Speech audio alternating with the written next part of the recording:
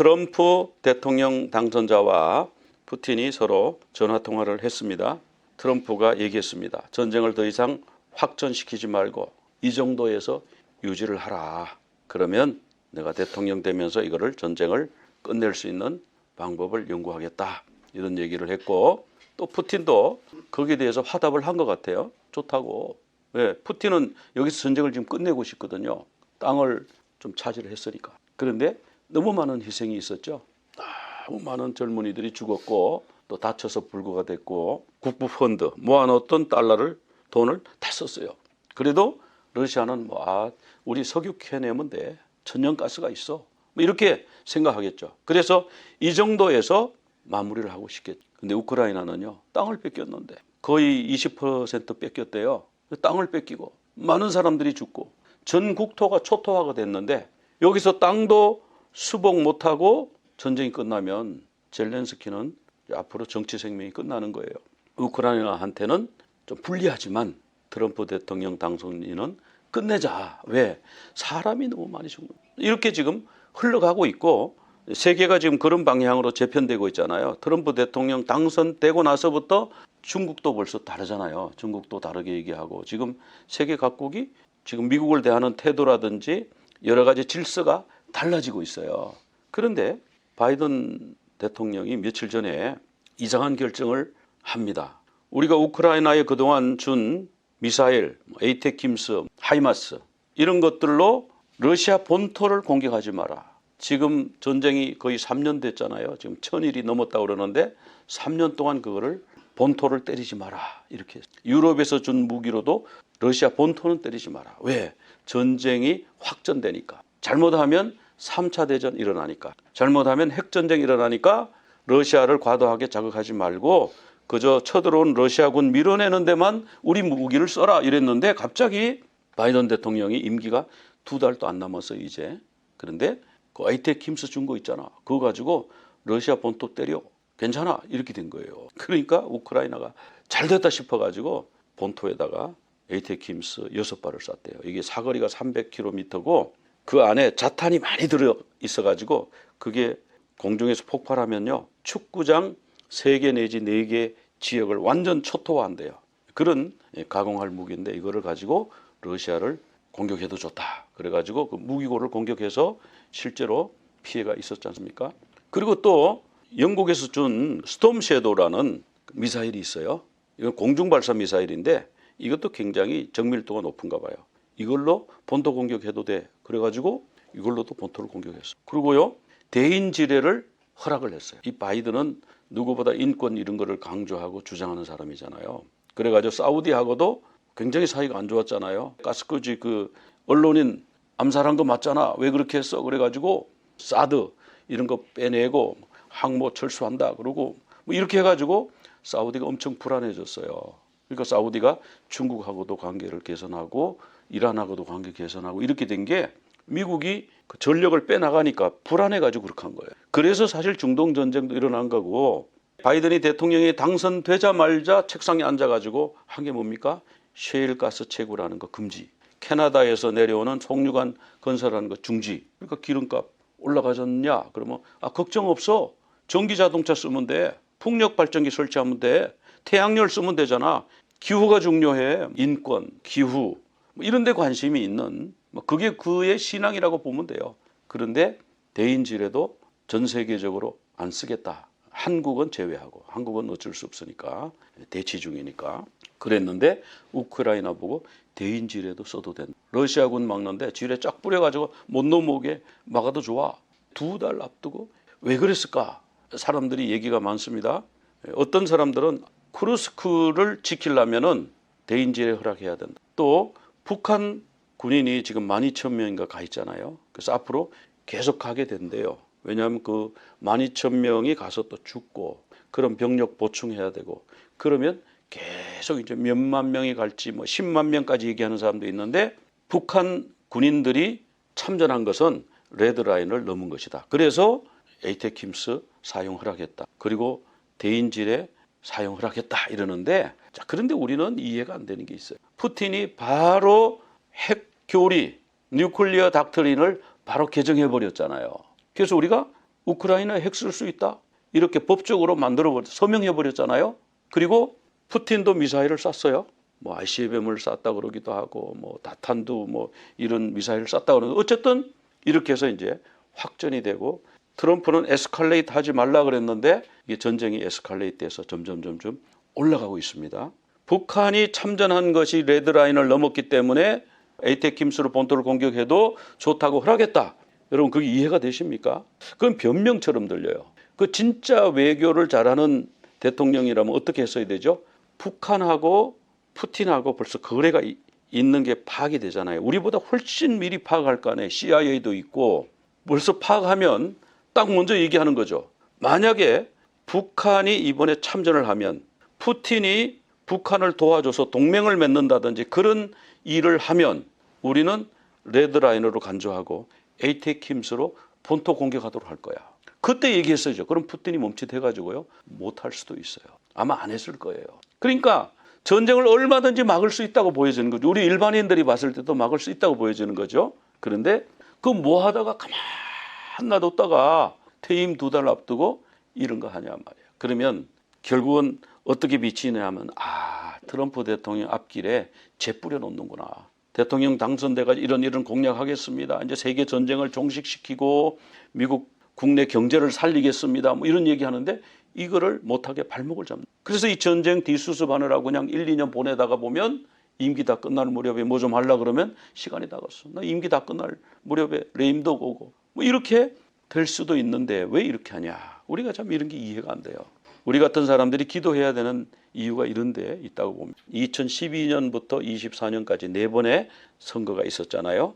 그 선거를 쭉 추이를 통계를 내보니까 이상한 점이 있는 거예요. 2012년에도 이 민주당 그때 오바마였나요? 그때 6,590만 표예요. 민주당이 얻은 표가. 그다음에 2016년도에 힐러리 클린턴 있죠? 힐러리 클린턴도 6,500만. 그리고 이제 2020년부터는 코로나 팬데믹이라서 우편 투표가 활성화돼서 투표 숫자가 좀 늘어났습니다. 늘어났는데 이번에 보면 이번에 그렇게 투표 수가 늘어나고 뭐 그랬는데도 해리스가 7,400만 표 얻었어요. 트럼프가 7,700만 표 되네요.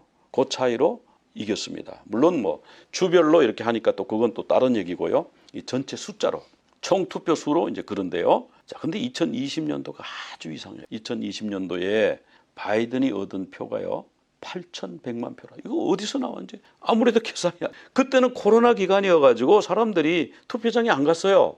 근데 이제 2024년 올해는 우편 투표가 아예 그냥 보편화되어 버렸습니다. 그래서 전체 수가 늘어난 거 이해가 되는데 이 8,100만 표 이거는 아무도 이해가 안 된다. 이 선거에서 만약에 이런 일들이 있었다면 바로 다 밝혀내서요. 이런 일이 다시는 없도록. 지금 12개 중가 거기에서는 투표장에 가도 아이디를 확인을 안 하잖아요. 포토 아이디, 사진이 들어있는 운전면허증, 한국으로 말하면 주민등록증을 확인을 안 하잖아요. 그냥 아무개 왔습니다. 그럼 그냥 오케이 하세요. 그래서 왜 저기 신분증 검사 안 하죠? 신분증 검사해야죠. 그러면 불법입니다. 신분증 검사하면 불법입니다. 감옥 갈 수 있어요. 이런 데잖아요. 그러니까 이 미국이 더 투명해져야 된다. 이거 왜 그러냐? 청교도적 신앙이 지금 쇠퇴해가고 사라져가고 있기 때문에 그래요. 이번에 윤석열 대통령이 페루에서 열리는 그 에이펙 정상회담에 가서 참여를 했잖아요. 참여하고 돌아오는 길에 플로리다 마라라고를 들러가지고 트럼프 대통령을 만나고 오고 싶어요. 그런데 트럼프 대통령 측에서 만날 수 없다. 취임 이후에 보자. 이렇게 얘기를 해서 만나지 못하고 왔다. 그런 얘기가 있습니다. 근데 대통령 선거 기간 동안에 그렇게 얘기하는 사람들이 있었어요. 저도 그런 얘기했어요. 이번에 트럼프가 이길 것이 확실한데 압승을 할 것 같은데 한국 정부에서 빨리 트럼프 측에 사람을 연결해서 찾아가고 서로 이렇게 도와줄 수 있으면 도와주고 이렇게 해야 나중에 우리나라가 트럼프가 된 다음에 여러 가지 유리한 점이 많다. 그런 얘기했는데 그때에 우리나라의 외무부 장관은 뭐라고 그러고 있었느냐 하면 지금 현직 대통령은 바이든이야. 그러니까 우리는 바이든하고만 잘하면 돼. 누가 대통령 될지 어떻게 알아? 그런 거죠. 그래서 줄을 대질 않은 거예요. 일본은 찾아가서 만났다고 그러잖아요. 대만도 뭔가 액션을 했다 그러잖아요. 그래가지고 트럼프 대통령 후보가 선거 기간 동안에 일본에 대해서 일본 국민에 대해서는 감사한다 그랬다고 그러잖아요. 그런데 우리나라에는 중국하고 시진핑하고 자꾸 정상회담 하려고 그래요. 그 시진핑하고 정상회담에서 뭘 얻어내려는지 모르겠어요. 그렇게 해서 자꾸 시진핑을 방한시키려고 하는데 시진핑 안 오거든요. 안 가거든요. 그런데 시진핑 만나겠다고. 이번에 또 페루 가서도 시진핑 만나고 뭐 그랬잖아요. 근데 진짜로 만나야 될 사람 누구냐면 트럼프인데 트럼프가 압승을 해버렸잖아요. 언론에서는 전부 해리스가 된다고 그랬는데 몇 군데 빼고는 다 해리스 된다고 그랬잖아요. 해리스가 뭐 박빙의 차이로 이긴다 그랬는데 전혀 아니었어요. 압승을 했어요. 갑자기 끈이 끊어진 거예요. 근데 그게 이해가 안 돼요. 전에 대통령을 이분이 한번 했는데 왜 끈이 끊어졌나? 그때 트럼프 대통령 측하고 연결돼 있던 인사들이 있을 텐데 연결할 끈이 없다. 언론에서 그렇게 나오고 있거든요. 이게 충격적인 일이에요. 그래가지고 지금 어디에 의존을 하고 있냐면은 이 정용진 신세계 그룹 이 회장, 이 사람이 그 트럼프 대통령 아들하고 아주 호영호재하는 사이다. 그래가지고 이 정용진 회장을 통해 가지고 트럼프에게 연락을 해야 되겠다. 지금 그쪽으로 사람들이 막 몰려가고 있다고 그래요. 또 기독교 인맥을 활용하자. 그래서 뭐 이 청년도 미국에 와서 그냥 보수주의 마가 이렇게 지지하고 하면서 트럼프 주니어하고요 서로 사이가 친해진 거예요. 그래가지고 여의도 순복음교회 와서 간증도 하고 그랬잖아요. 지금이라도 우리나라가 뭔가 좀 이렇게 내다보면서 이 언론 기자들은요, 한국의 우리 기자들은 어디가 있냐면은 저기 워싱턴 DC나 뭐 이런 데 다 가 있거든요. DC는요 거기에 바이든 몰표 나오는 지역이에요. 거기 분위기는 완전히 딴 세상이에요. 미국하고는 다른 여론 환경이에요. 그런데 기자들이 가 있으니까 국내에 퍼나르는 기사들이 한쪽으로 치우친 기사만 나온다 이거예요. 균형 잡힌 이런 시각. 또 그리고 이번에 미국의 이 보수 복음주의 교회가 트럼프를 밀었지 않습니까? 보수 복음주의가 지금 일어나는 거 왜? 너무 한쪽으로 갔어. 너무 LGBTQ 거의 그쪽을 신앙처럼 숭배하는 그런 분위기로 갔기 때문에 당연히 반발하게 돼 있죠. 그래서 지금 시대가 조금 바뀌었다. 하나님께서 역사해 주셔서 이 미국이 청교도 신앙을 회복할 수 있도록 그렇게 우리가 기도해야 될 줄로 믿습니다. 하나님 말씀 배워보겠습니다. 이번 주 목요일이 땡스기빙 데이죠. 추수감사절인데요. 그래서 오늘 우리가 추수감사 주일로 지킵니다.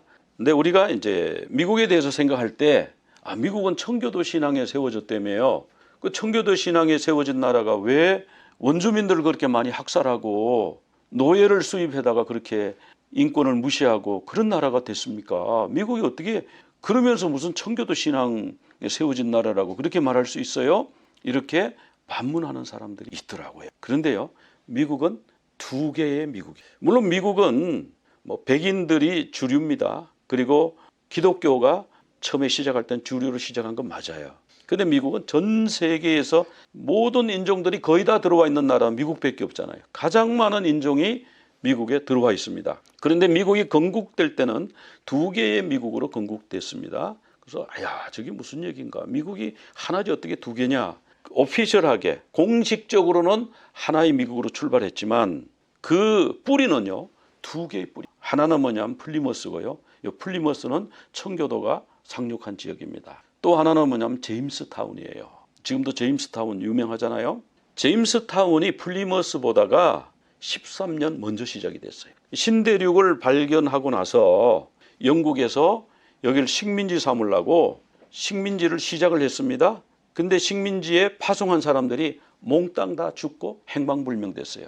나중에 그 사람들이 어디 갔나 찾으려고 나중에 수색대를 보내서 찾았는데 한 명도 못 찾았대요. 그래가지고 다시 시작을 했는데 어디서 시작을 했나? 버지니아 헨리곳이라고 그래요. 케이프 헨리.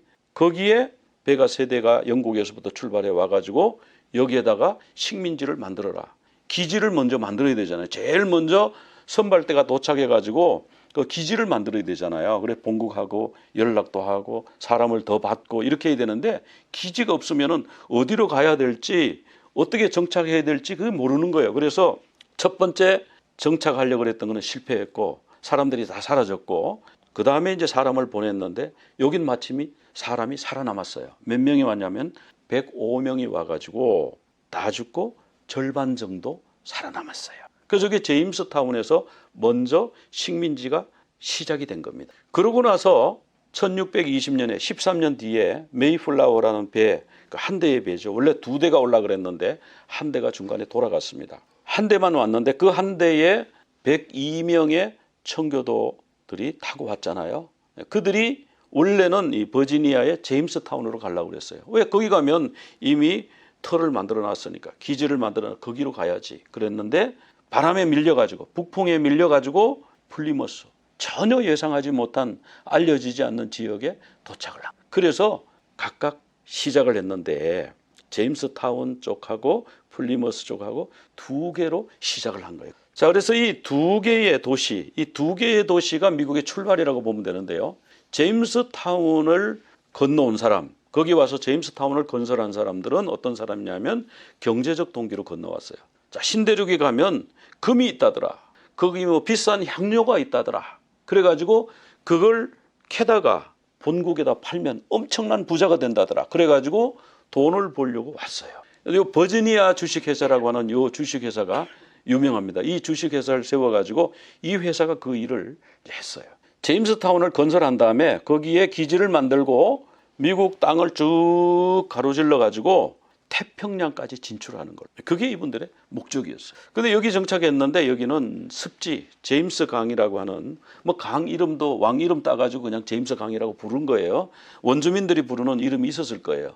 그런데 여기 이 강은 제임스 강이다. 그래서 그 제임스 강 유역에다가 정착지를 세웠는데 반도처럼 생긴 데 세운 거예요. 그래서 영국에서 출발해 가지고 버지니아로 왔고요. 세 대의 배가 왔습니다. 그래서 처음에 헨리곳이라고 이것도 사람이 그냥 붙인 거잖아요, 그죠? 헨리 국왕 이름이에요. 그 헨리곳 여기 도착해 가지고 여기보다는 어디 안쪽으로 들어가자 해서 이 강을 따라 올라가 가지고 제임스타운을 여기 건설했는데 이 제임스타운은요 워싱턴 DC 바로 남쪽에 있어요. 그 워싱턴 DC가 제임스타운 거기하고 가깝 이런 걸 생각하시면 되고요. 이 기지가 이렇게 생겼대요. 그러니까 여기 반도처럼 생겼잖아요. 그래서 이 앞쪽에는 외적이 들어올 수가 없죠.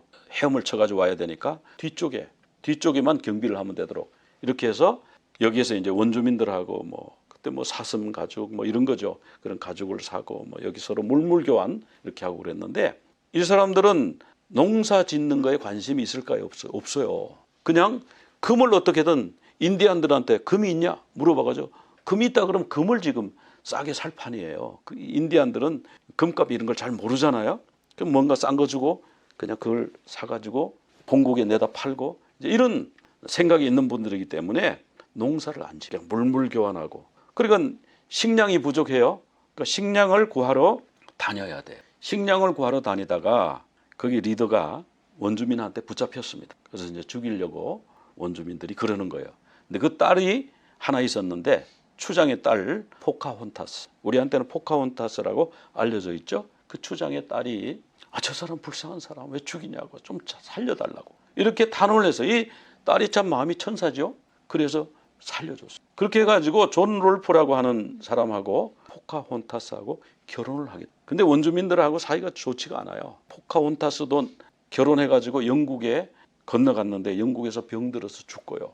그러니까 이 아버지 이 추장이 너무 상심해가지고 죽고요. 동생한테 넘겨주고 뭐 이렇게 하면서 원주민 부족 사회가 아주 그냥 혼란스러워지고 이렇게 됐는데 자, 이 존 롤프는 원주민들한테 가만 보니까 원주민들이 어떤 식물 잎을 잘라가지고 이렇게 담배처럼 피우는 거예요. 그게 이제 담배 기원이잖아요.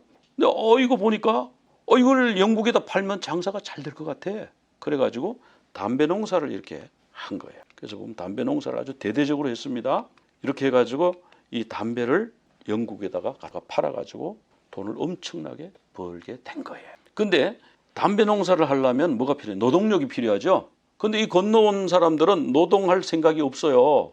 그냥 금을 캐가지고 가면 부자가 되는데 뭐 담배 농사 한다고 그래. 이거 열심히 해. 나는 금구하러 다닐 거야.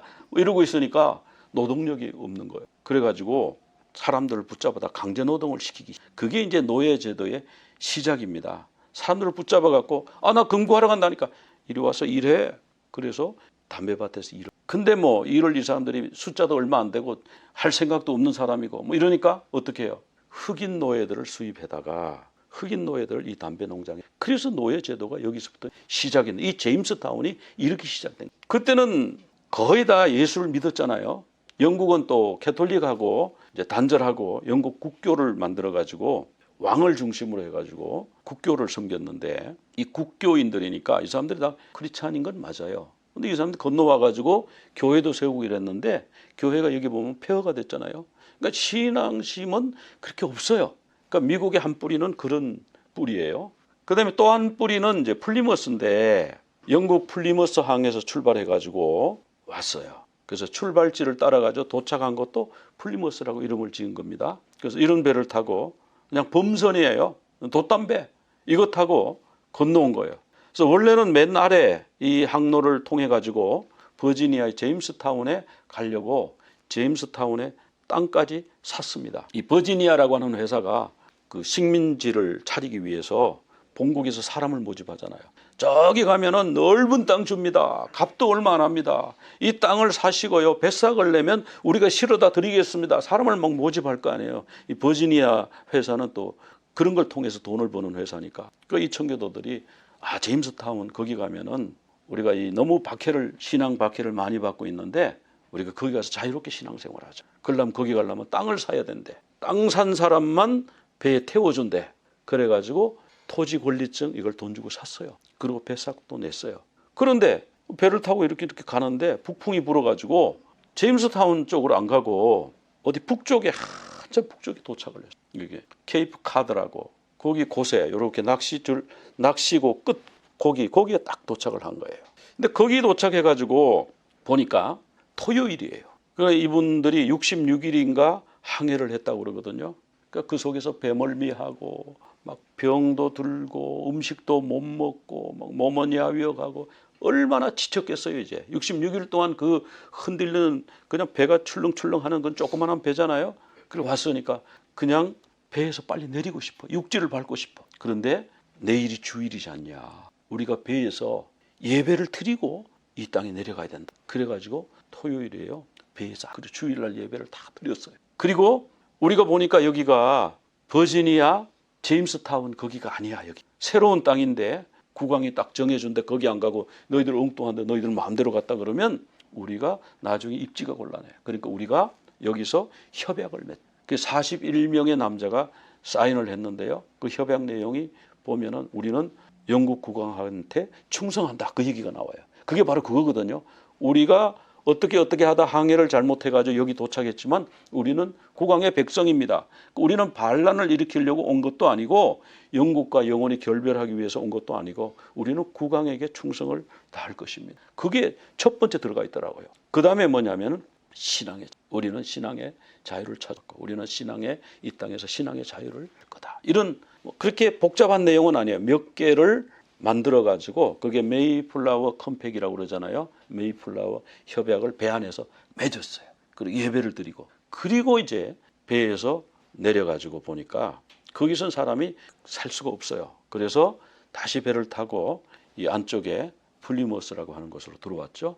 그래서 거기 도착한 데 가면은 플리머스 락이라고 이런 이제 랜딩 플레이스, 필그림 첫 번째 그 신앙의 자유를 찾아온 순례자들이 발을 디딘 곳이 있다. 그래서 거기 가면 이제 이렇게 만들어놨잖아요. 이렇게 거창하게 만들어놨는데요. 그 안에 보면 내용물이 아무것도 없어요. 이 돌 하나 있어요. 근데 이 돌도 조그만해. 그리고 1620년도에 도착했다고 이렇게 적어놨는데 원래 이 돌이 뭐 컸다고 그래요. 근데 사람들이 처음에 여기 와서 발을 디뎠던 돌이다 이러니까 사람들이 와서 그 돌을 다 떼간 거예요.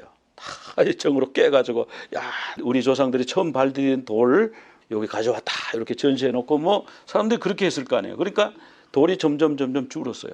그래 이거를 무슨 박물관인가 어디로 옮기려고 그러다가 또 이게 돌이 땅에 떨어졌다네요. 그러니까 돌이 두 조각이 나가지고 여기 보면 가운데 뭐 시멘트로 떼온 자국이 있죠, 그죠? 이런 돌이에요.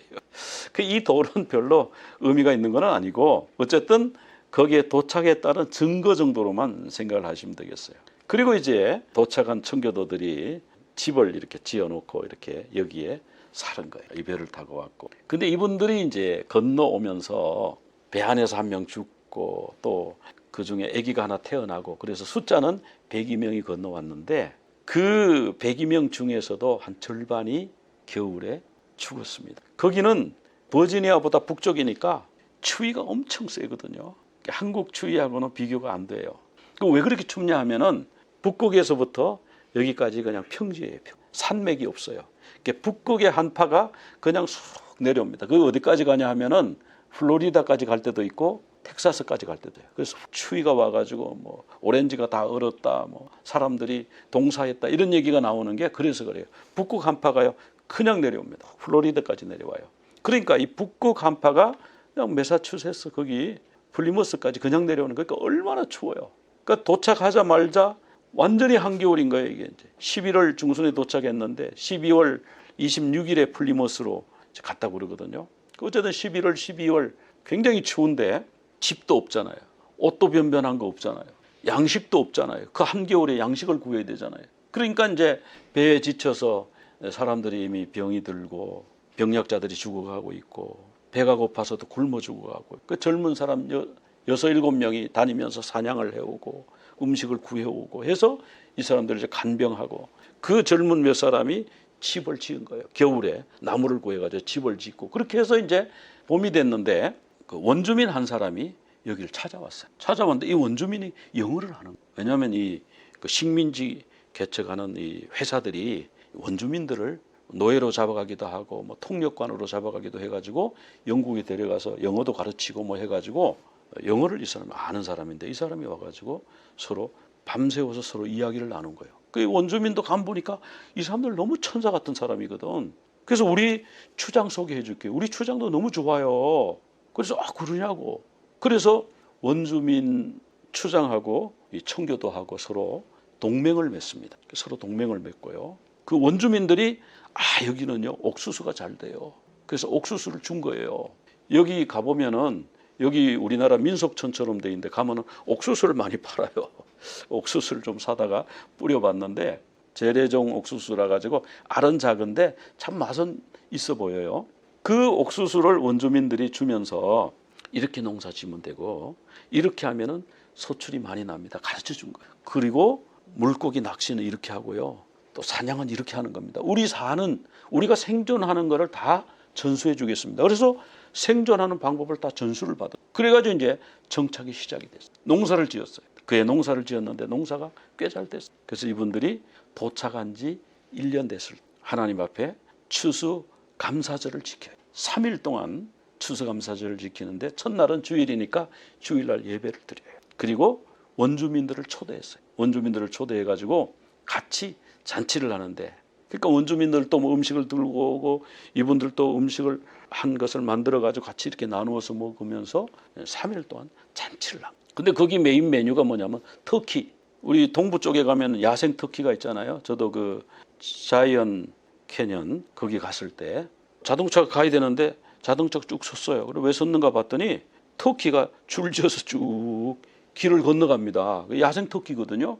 야생 터키가 미국은 꽤 많이 있어요. 그러니까 이 야생 터키 잡아가 또 호박을 가지고 파이를 만들어서 먹고. 그래서 땡스기빙의 메인 메뉴가 뭐냐면은 터키하고 호박 파이, 펌킨 파이예요. 그래서 오늘 우리도 칠면조를 큰 걸 구웠습니다. 그다음에 펌킨 파이도 만들었습니다. 이게 그럼 우리 한국 사람들은 칠면조 별로 안 좋아하는데요. 뭐 냄새가 난다나 근데 먹어보면 맛있어요. 10가지 슈퍼푸드 중에 1번이 바로 터키입니다. 거기 터키 기름은 몸에 그렇게 해롭지가 않고 좋은가 봐요. 그래서 좋은 거니까 마음껏 드시기를 바라고요. 그렇게 해서 이제 첫 추수감사절이 시작이 됐습니다. 그러니까 이 첫 추수감사절은요 성경에 나와요. 그래서 오늘 성경에 나오는 3가지 추수감사 얘기를 하려고 그래요. 또 추수감사가 뭐 3가지인가? 3가지입니다. 이따가 말씀을 찾아보면 그렇게 나오는데요. 자, 청교도들이 이렇게 첫 추수감사절을 지키고 나니까 1623년에 그게 선포가 됐다고 그러거든요. 21년에 첫 추수감사절을 인디언들 90명을 초대해가지고 했고요. 그러니까 인디언들하고 관계가 너무 좋았어요. 청교도들은 인디언하고 관계가 좋았습니다. 초창기에는 인디언들하고 싸울 일이 없었어요. 왜냐하면 인디언들도요, 질병이 들어가지고 가보면은 마을이 텅텅 비어 있는 거예요. 다 죽은 거예요. 그래서 무덤만 있고 막 이런 거예요. 이 버지니아 이쪽 제임스타운 쪽은요, 원주민들이 많아가지고 원주민들하고 많이 싸웠어요. 그래서 많이 학살당했어요. 근데 어쨌든 청교도들은 처음에 도착하면 원주민들하고 화해를 하고 동맹을 맺고 교회를 짓고 학교를 짓고 그다음에 집을 짓고 이렇게 한 거예요. 그리고 이제 조지 워싱턴 대통령이 이제 이게 국경일로 선포를 하고요.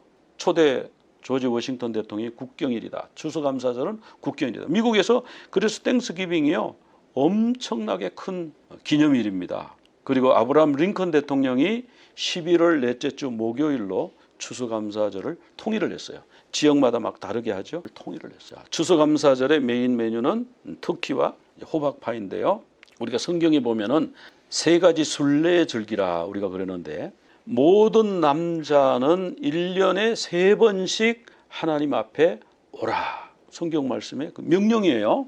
근데 그 3번 오는 것이 언제냐면 추수감사하러 오는 거예요. 초실절이 있죠. 오늘 성경에 보면 무교병의 절기라고 그랬는데 여기 무교절, 유월절, 초실절은 붙어 있어요. 유월절에는 보리를 추수합니다. 보리 첫 단을 묶어가지고 성전에 들고 가서 하나님 앞에 흔들어 바칩니다. 요제로 바치는 거죠. 이것이 첫 번째 추수감사예요. 그래서 반드시 모든 남자들은 유월절에 성전에 올라오라 이렇게 돼 있는 거예요. 그 다음에 우리가 이제 77절을 했는데 이게 추수하고 관계를 지으면 맥추절로 나오는데, 보리는 대맥, 밀은 소맥, 77절에는 밀이 익어요. 그럼 밀의 첫 열매를 아주 곱게 갈아가지고, 원래 누룩을 안 넣는데 하나님한테 바칠 때는 여기 누룩을 넣어요. 망을 부풀게 크게 만들어서 2덩이를 만들어가지고 77절에는 하나님의 성전에 가지고 와서 하나님 앞에 흔들어서 드립니다. 이게 이제 맥추절이에요. 77절.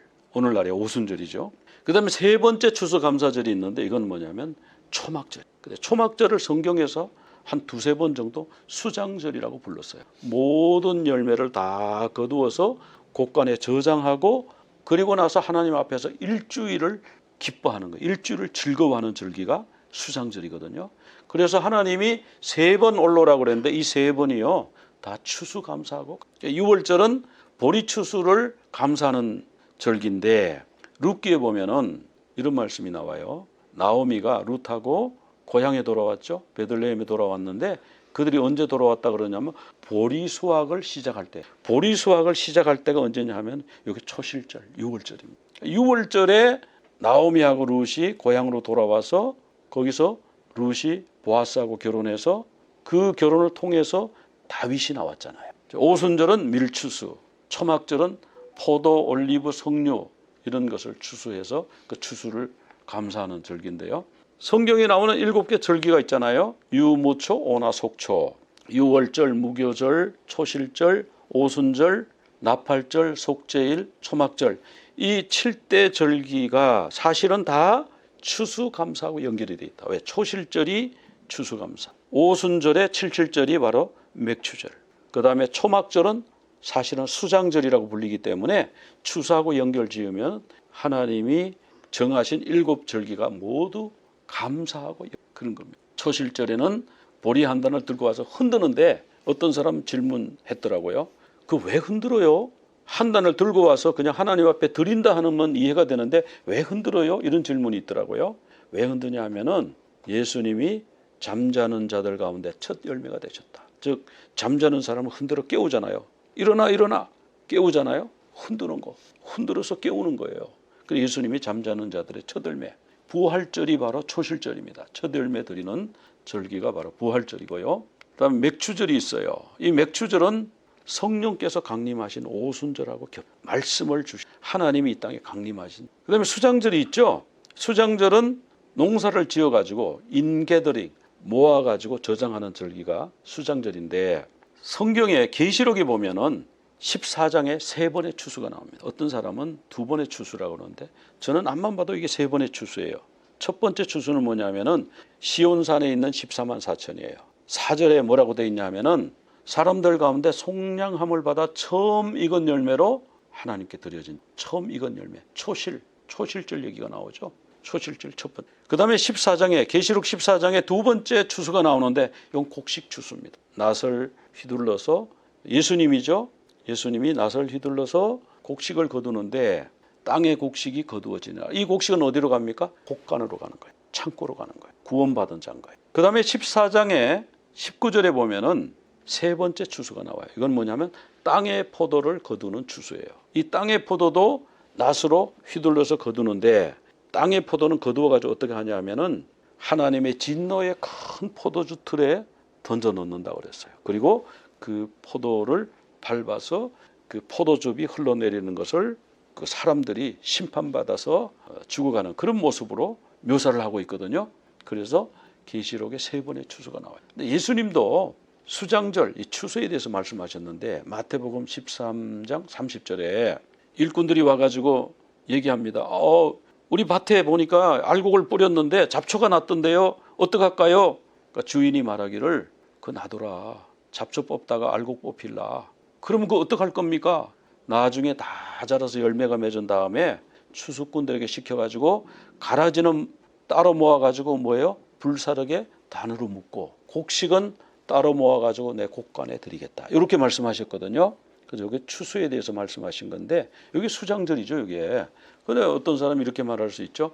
아니 그건 비유 아닙니까?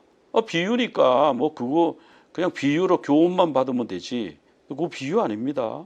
마태복음 24장 31절에 보면은 예수님 재림하실 때에 큰 나팔 소리가 난다고 그랬어요. 천사들이 그 택하신 자들을 구원받을 자들을 속량함을 받은 자들을 하늘 이 끝에서 저 끝까지 사방에서 어떻게 한다고요? 모으리라 모은다 그랬잖아요. 그러니까 이 수장절인 거예요. 마지막 대추수인 거예요. 그래서 예수님도 추수에 대해서 말씀하죠. 이거는 비유 아니죠. 천사들이 하늘 이 끝에서 저 끝까지 사방에서 택하신 자들을 모으리라. 이건 비유 아니죠.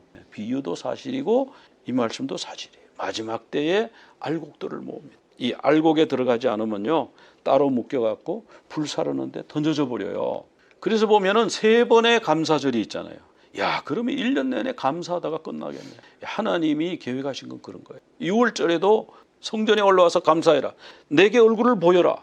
또 오순절에 미리 익었어요. 그러면 미리 익었을 때에 내게 올라와서 감사하라. 포도를 추수했어요. 올리브를 추수했어요. 가을에 그러면 내게 올라와서 감사하라. 수장절을 지켜라. 그래서 세 번 올라가서 하나님 앞에 감사를 하게 돼 있는데 이건 뭐냐면 범사에 감사하라. 우리 신약으로 오면은 범사에 하나님께 감사. 항상 기뻐하라. 쉬지 말고 기도하라. 범사에 감사하라. 이것이 뭐예요? 하나님의 뜻이다. 불평하는 거는요 하나님의 뜻이 아니다. 하품이 전염된다고. 하품하는 모습을 보든지 하품 소리를 들으면요 사람이 자기도 하품. 마찬가지로 불평 있잖아요. 불평도 전염이 돼요. 하품만 전염되는 것이 아니고 어떤 사람이 불평을 하면요 나도 따라서 불평하게 돼 있는 거예요. 불평도 전염. 그런데 감사한 건 뭐냐면 감사도 전염. 어떤 사람이 감사하는 사람이 있어. 막 감사해, 기뻐해, 즐거워해. 그 옆에 가면요 또 즐거워지고 나도 감사가 나오는 거예요. 그런데 감사하지 않고 불평을 하면 어떻게 하냐. 하나님이 내 귀에 들린 대로 하래. 이스라엘 백성이요 광야에서 가나안을 정탐했습니다. 가나안 정탐 12명을 보냈는데 10명은 돌아와가지고 이거 그 땅은요 우리 땅이 아니에요. 거기 갔더니 사람이 기골이 얼마나 장대하고 힘이 세 보이는지 우리는 메뚜기 같아요. 그냥 한번 치면 후두둑 넘어지고 성벽을 얼마나 튼튼하게 지었는지 성문이 노수로 해가지고 우리는 절대 못 들어요. 우린 끝났어요. 이러니까 이스라엘 백성들이 그래 왜 이까지 끌고 와서 우리를 다 죽여 우리 처자를 다 노예로 잡혀가게 하고 우리를 이 땅에서 다 죽이냐고 우리는 애굽으로 돌아갈 거야. 막 이렇게 하고 밤새도록 통곡을 했대죠. 여호수아 갈렙은 아닙니다. 그렇지 않습니다. 그 사람들 장대한 거 사실인데 그 사람들 성벽 튼튼한 거 사실인데 하나님이 그들보다 더 크십니다. 그들 이기고도 남아요. 우리가 그냥 가면 그들이 다 도망가게 돼 있어요. 너무 겁내지 말고 하나님 믿고 갑시다. 근데 이스라엘 백성들이 한 사람도 그 말을 안 들어. 그러니까 하나님이 뭐라고 그러세요? 너희들이 그렇게 말했지. 광야에서 죽었으면 좋았다고 그랬지. 들린 대로 할게. 그래서요 40년을 광야에서 헤매다가 다 죽었잖아요. 여호수아 갈렙만 들어갔잖아요. 그 다음 세대가 가나안에 들어갔잖아요. 내 귀에 들린 대로. 그러니까 우리가 입을 벌려가지고 막 원망하고 좌절하고 막 이런 말을 하면요, 그 말한 대로 된다니까요. 귀를 지으신 이가 하나님이고요, 눈을 만드신 이가 하나님이잖아요. 귀를 지으신 이가 못 듣는다고요? 우리가 막 하나님 대해서 원망하면 하나님 못 듣는다고요? 하나님이 들으세요. 귀를 지으신 분이 왜 못 들어요? 눈을 만드신 분이 왜 못 봐요? 그러니까 우리는 불평하지 말고 감사해야죠. 감사의 말을 하면 하나님 그 감사의 말을 듣고 그냥 복을 내려주시는 거예요. 아, 정말 잘 됐어, 우리 정말 괜찮아, 우리 행복해. 그럼 하나님이 막 그대로 복을 부어주시는데, 우리는 뭐 왜 이렇게 살고, 차라리 이러지 말았어야 되는데, 다 죽었으면 좋았을 텐데, 이러면 큰일 나는 거. 이거 하나님이 다 듣는다니까요. 들린 대로 한다니까요. 그래서 너는 하나님 앞에서 함부로 입을 열지 말고, 아, 난 집에서 얘기했고 뭐 교회 와서 얘기 안 했는데요, 하나님 어디나 계시잖아요. יברכך אדוני וישמרך, יאר אדוני פניו אליך והוניקה, יישא אדוני פניו אליך ויעשה לך שלום, ויעשה לך שלום. יברך